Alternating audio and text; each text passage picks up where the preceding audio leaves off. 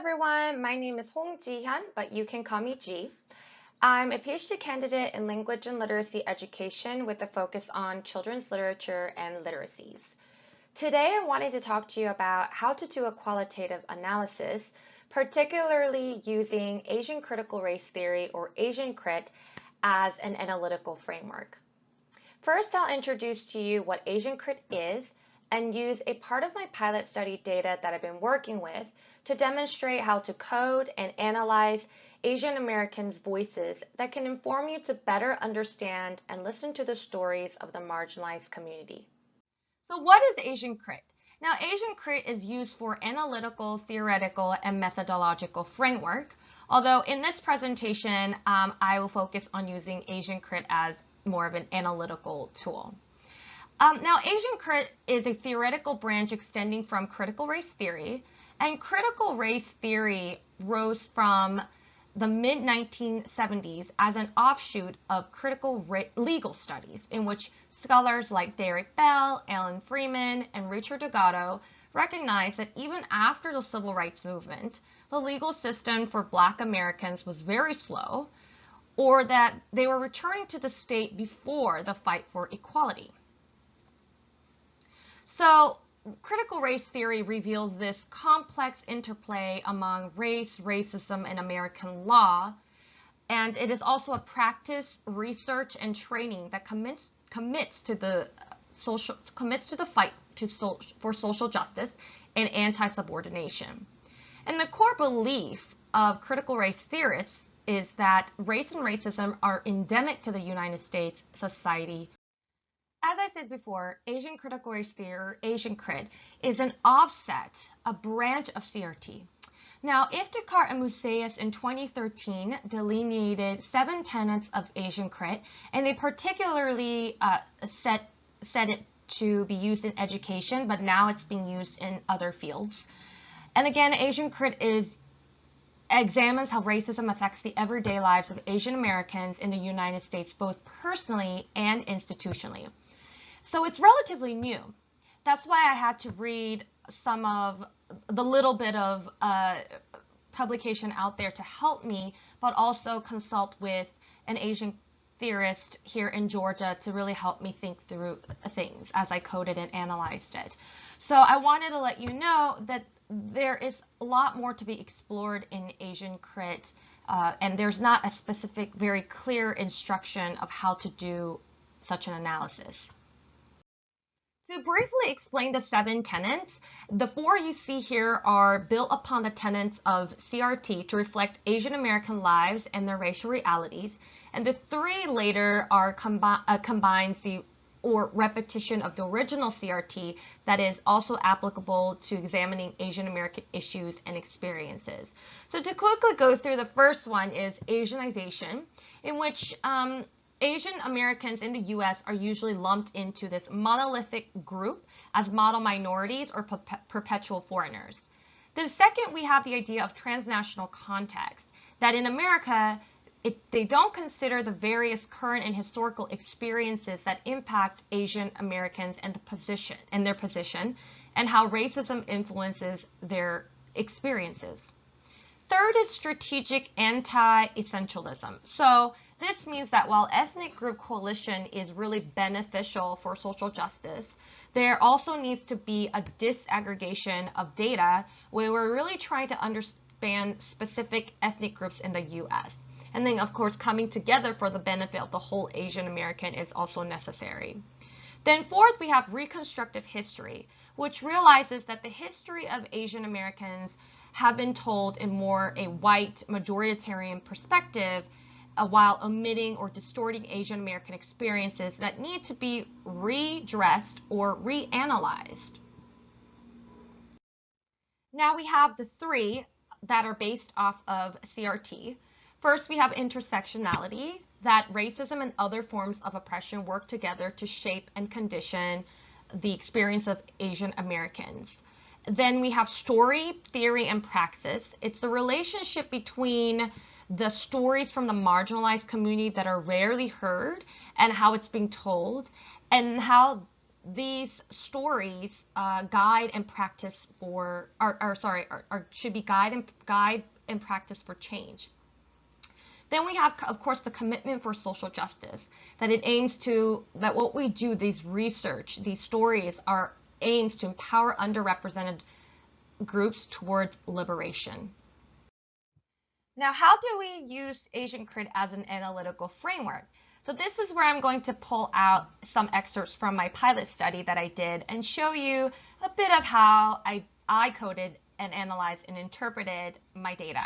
And again, it's been quite experimental and quite a good experience. And through this presentation, it's come more clear to me, and I hope that I do the same for many of you.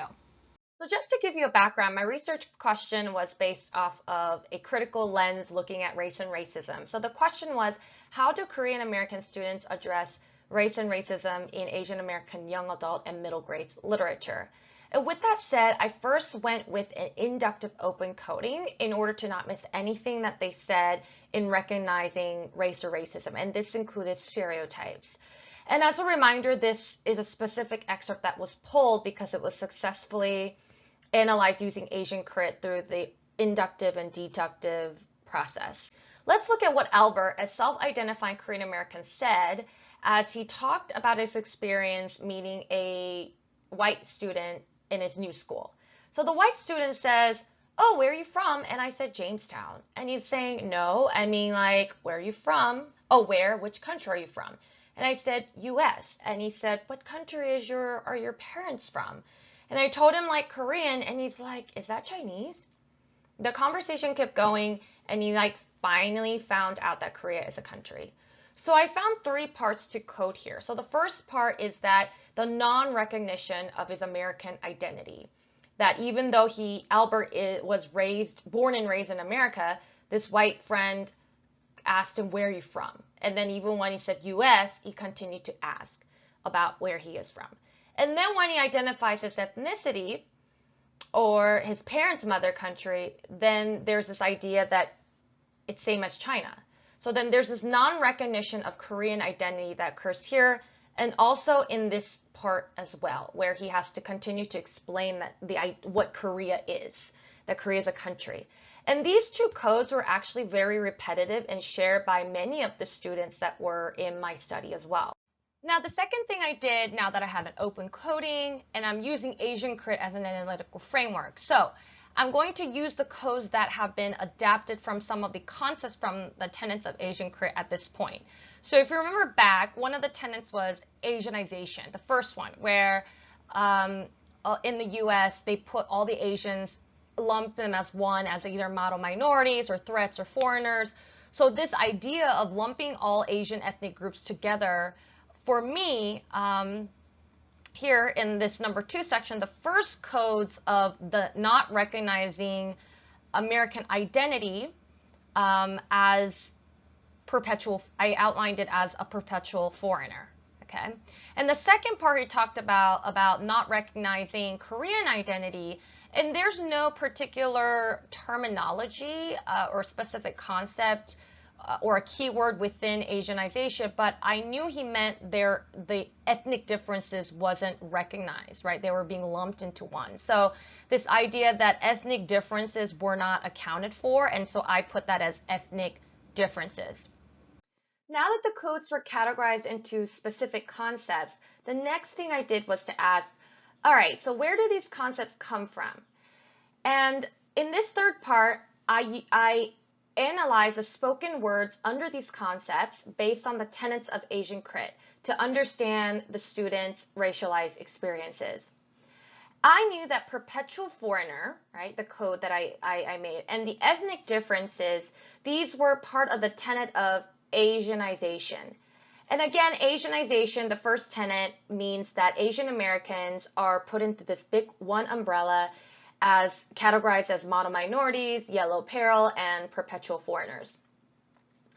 And from here, what you have to do is a little bit more digging into resources.